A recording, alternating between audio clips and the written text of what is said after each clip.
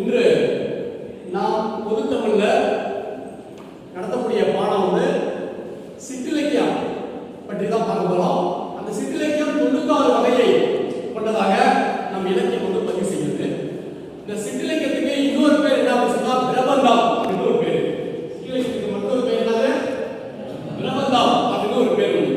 சரிங்களா? அப்ப அந்த 96 வகையான சிற்றிலக்கியங்கள்ல ஒரு சில பகுதி மட்டும் நமக்கு பாடப்பகுதியில இடம்பெற்றிருக்கு. சரிங்களா? நமக்கு பாடப்பகுதியில இடம்பெற்றிருக்கு. நமக்கு அந்த சிற்றிலக்கியம் 96 வகை என்று எந்த இலக்கியம் சொல்லுது அப்படின்னு சொன்னா வீரமாமுனிவர் எழுதிய சதுரகராதி அப்படின்ற நூல் தான் அவர் 96 வகையான சிற்றிலக்கியங்கள் என்று சொல்லி பதிவு செஞ்சிருக்காரு. சரிங்களா?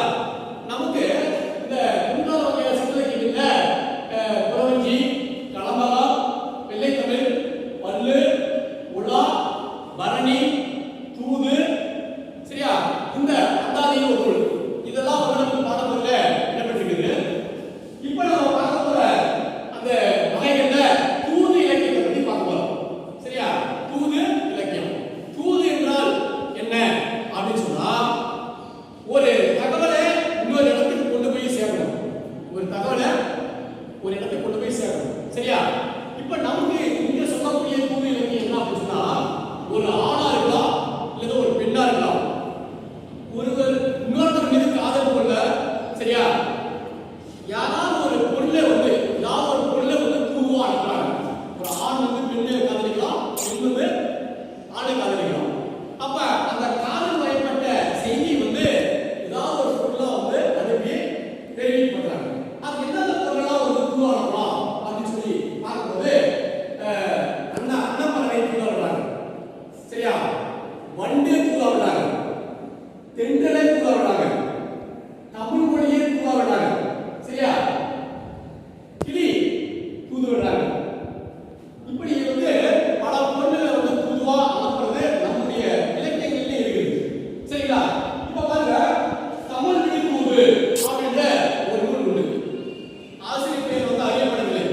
தமிழ் விடு தூது அப்படின்ற ஒரு இலக்கியம் நமக்கு இருக்குது. அது தமிழ் விடு தூது இலக்கியத்தை எழுதியவர் ஆசிரியர் பேர் பதிவு செய்யல.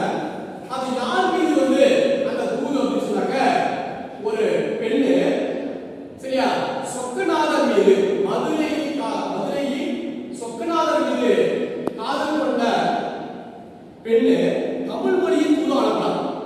மதுரை சொக்கநாதர் மீது காதல் கொண்ட பெண்ணு யாருக்கு வந்து தூது அனுப்புறா? தமிழ் மொழியில் தூது அனுப்புறா. சரியா? அப்படிப்பட்ட தமிழ் தூது சிறந்த தூது அப்படின்னு சொல்றாங்க. தூது நூல்களில் சிறந்த தூது எது அப்படின்னு ஒரு கேள்வி கேட்டா தமிழ் விழி தூது. சரியா? அது தூது நூல்கள்ல முதன்மையான தூது எது அப்படின்னு சொன்னா நெஞ்சி விழி தூது. சரியா? நெஞ்சி விழி தூது அப்படின்ற இலக்கிய நூல் பார்த்தீங்கன்னா உமாபதி சிவாச்சாரியா அப்படின்ற ஒரு ஆசிரியர் இருக்காரு. நெஞ்சி விழி தூதுன்ற இலக்கியத்தை எழுதியவர் யாரு? உமாபதி சிவாச்சாரியா அப்படின்ற ஒரு ஆசிரியர் எழுதியிருக்காரு. அது மட்டும் இல்லாம பலப்பட்டை சொக்கநாதர் அப்படின்ற ஒரு புலவர் வந்து அழகர் பிள்ளைவிழி தூது அப்படின்ற ஒரு தூது நூலை எழுதியிருக்காரு. அதே போல வெள்ளைவிழி தூது அப்படின்ற ஒரு இலக்கியம். அந்த வெள்ளைவிழி தூது அப்படின்ட்டு நூலை புலப்ப நாயக்கர் அப்படின்ற ஒரு புலவர் வந்து எழுதியிருக்காரு. அடுத்து கச்சியப்ப முனிவர் அப்படின்ற ஒரு புலவர் வந்து வண்டு விழி தூது எழுதியிருக்காரு. என்ன தூது? வண்டு விழி தூது அப்படின்னு சொல்லி. இப்ப பாருங்க, தூது நூல்கள்ல சிறந்த தூது எது அப்படின்னு சொல்லி கேட்டா என்ன சொல்றீங்க? தமிழ் விழி தூது. சரியா? அதுவே என்ன தூது? தமிழ் விழி தூது. சரியா? இப்ப தூது நூல்களில் முதன்மையான தூது எது? நெஞ்சி விழி தூது. சரியா? தூது நூல்கள்ல முதன்மையான தூது தான் நெஞ்சி விழி தூது அப்படி சொல்லி சொல்றாங்க. இப்ப நமக்கு இந்த தூது நூல்களுக்கு இலக்கணம் வகுக்கக்கூடிய நூல் எது? தூது நூல்களுக்கு இலக்கணம் வகுக்கக்கூடிய நூல் எது அப்படிதான் சொல்லிருக்காங்க. சரிங்களா? இது பாருங்க, பன்னிரு பாட்டியல் அப்படின்ற நூல், நவநீத பாட்டியல், பிரபந்த மரபியல், இலக்கண விளக்கம், முத்து வீரியம், இப்படிலாம் இலக்கணம் வருது. எந்த நூலுக்கு? தூது நூலுக்கு இலக்கணம் வரக்கூடிய நூல்கள்லாம் ஏதாவது நூலுங்க அப்படின்னு சொல்லி கேட்டா இதெல்லாம் சொல்லணும். சரி, தூது சென்றதாக அப்படின்னா அதியமானுக்கும் தொண்டைமானுக்கும் தூது சென்றவர் ஔவையார். அதியமானுக்கும் தொண்டைமானுக்கும் தூது சென்றவர் யார் சொன்னோம்? ஔவையார். சரியா?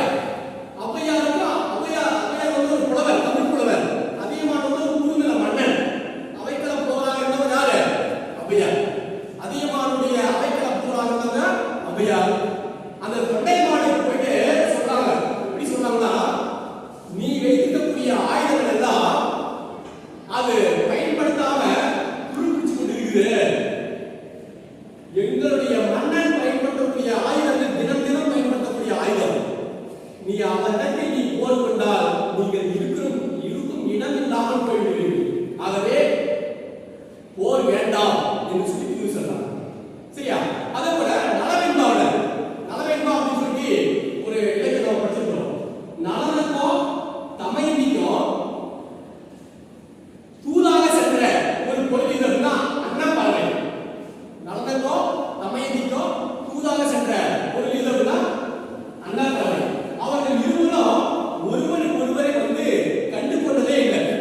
தமையந்தியுடைய அழகை பார்த்து நலனுக்கு வந்து சொல்லுவோம், நல மன்னன் வந்து அவனுக்கு தமையனுடைய அழகை பற்றி சொல்றதோ அதை சொல்லி சொல்லி அவங்களுடைய இருவருக்கும் காதல் வயப்படுவதற்கு துணையாக இருக்கிறது தான் நலப்பறவை. சரிங்களா? இப்படி பல கூறுகள் வந்து நமக்கு இருக்குது. சரிங்களா? நமக்கு கூறுகள் வந்து கட்டாயமா வினா வரும். கூறுகள் வந்து கட்டாயமா வினா வரும். சரியா? கூறு என்றால் என்ன அப்படின்னு வினா வரலாம். சரியா? கூறுகள் முதன்மையான கூறு எது? நெஞ்சி விடு கூறு. கூறுகள் சிறந்த கூறு எது? தமிழ் விடு கூறு அப்படின்னு சொல்லி நம்ம சொல்லலாம். சரியா? சரி, இப்ப நடத்திய கூறுகள்ல சரியா ஏதாவது ஒரு கூறுகள் பேர் சொல்லலாம். ஏதாவது ஒரு கூறுகள் சொல்லு. தமிழ் விடு கூறு. சரியா? அந்த ஆசிரியர் பேர் அறியப்பட்டவரை சொல்லியாச்சு. சரியா? நீங்க ஏதாவது ஒரு கூறுகள் சொல்லுங்க. ஏதாவது ஒரு கூறுகள் சொல்லுங்க. எழுந்து சொல்லுங்க. உங்களுக்கு தெரிந்த கூறுகள். நெஞ்சி விடு கூறு. சரியா? மகிழ்ச்சி. சரி, இப்ப நமக்கு அந்த கூறு இலக்கியத்தை பத்தி உங்களுக்கு வந்து புரிஞ்சுதா? புரியலையா? புரிஞ்சுதா? மகிழ்ச்சி. இன்று நம்ம கூறுகளை பத்தி பார்த்தோம். மற்றொரு நாள் வந்து வேற பாடம் பார்ப்போம். நன்றி, வணக்கம். இன்று நாம் பொதுத்தமிழ்ல நடத்தக்கூடிய பாடம் வந்து சிற்றிலக்கியம் பற்றி தான் பார்க்க போறோம். அந்த சிற்றிலக்கியம் 96 வகையை கொண்டதாக நம் இலக்கியம் வந்து பதிவு செய்கிறது.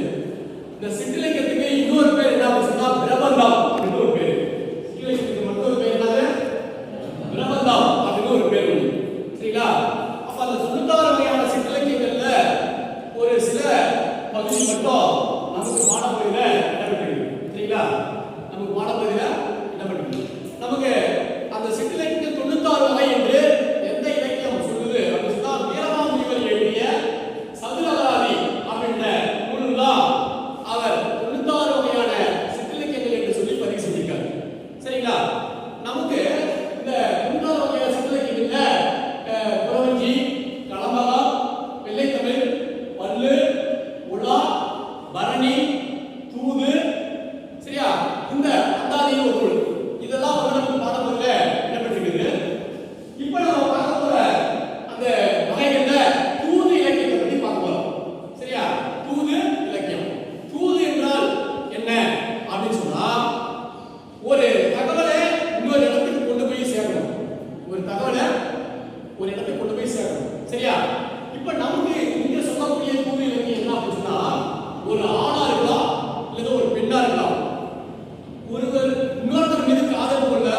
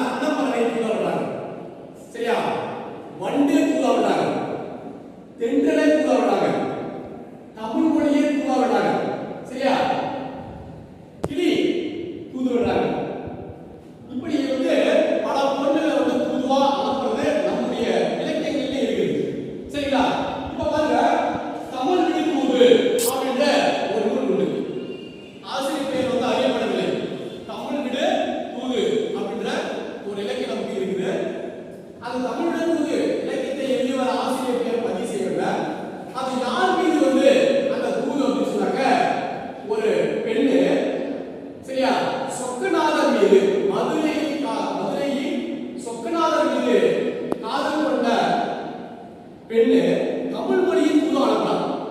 மதுரை சொக்கநாதன் மீது காதல் கொண்ட பெண்ணு யாருக்கு எதை தூது அனுப்புறார்? தமிழ் மொழியின் தூது அனுப்புறார். சரியா? அப்படிப்பட்ட தமிழ் தூது சிறந்த தூது அப்படின்னு சொல்றாங்க. தூது நூல்களில் சிறந்த தூது எது அப்படின்னு ஒரு கேள்வி கேட்டா தமிழ் மொழி தூது. சரியா? அது தூது நூல்கள்ல முதன்மையான தூது எது அப்படின்னு சொன்னா நெஞ்சிவிடு தூது. சரியா? நெஞ்சிவிடு தூது அப்படின்ற இலக்கிய நூல் பார்த்தீங்கன்னா உமாபதி சிவாச்சாரியா அப்படின்ற ஒரு ஆசிரியர் இருக்கார். நெஞ்சிவிடு தூதுன்ற இலக்கியத்தை எழுதியவர் யாரு? உமாபதி சிவாச்சாரியா அப்படின்ற ஒரு ஆசிரியர் இருக்கார். அது மட்டும் இல்லாம பலப்பட்டை சொக்கநாதர் அப்படின்ற ஒரு புலவர் வந்து அழகர் பிள்ளைவிடு தூது அப்படின்ற ஒரு தூது நூலை எழுதியிருக்கார். அதே போல வெள்ளைவிடு தூது அப்படின்ற ஒரு இலக்கியம். அந்த வெள்ளைவிடு தூது அப்படின்ட்டு நூலை புலப்ப நாயக்கர் அப்படின்ற ஒரு புலவர் வந்து எழுதியிருக்காரு. அடுத்த கச்சியப்ப முனிவர் அப்படின்ற ஒரு புலவர் வந்து வண்டுவிடு தூது எழுதியிருக்காரு. என்ன தூது? வண்டுவிடு தூது அப்படின்னு சொல்லி. இப்ப பாருங்க, தூது நூல்கள்ல சிறந்த தூது எது அப்படின்னு சொல்லி கேட்டா என்ன சொல்றீங்க? தமிழ் மொழி தூது. சரியா? அதுவே என்ன தூது? தமிழ் மொழி தூது. சரியா? இப்ப தூது நூல்களில் முதன்மையான தூது எது? நெஞ்சிவிடு தூது. சரியா? தூது நூல்கள்ல முதன்மையான தூது தான் நெஞ்சிவிடு தூது அப்படி சொல்லி சொல்றாங்க. இப்ப நமக்கு இந்த தூது நூல்களுக்கு இலக்கணம் வகுக்கக்கூடிய நூல் எது? தூது நூல்களுக்கு இலக்கணம் வகுக்கக்கூடிய நூல் எது அப்படிதான் சொல்லிருக்காங்க. சரிங்களா? இந்த மாதிரி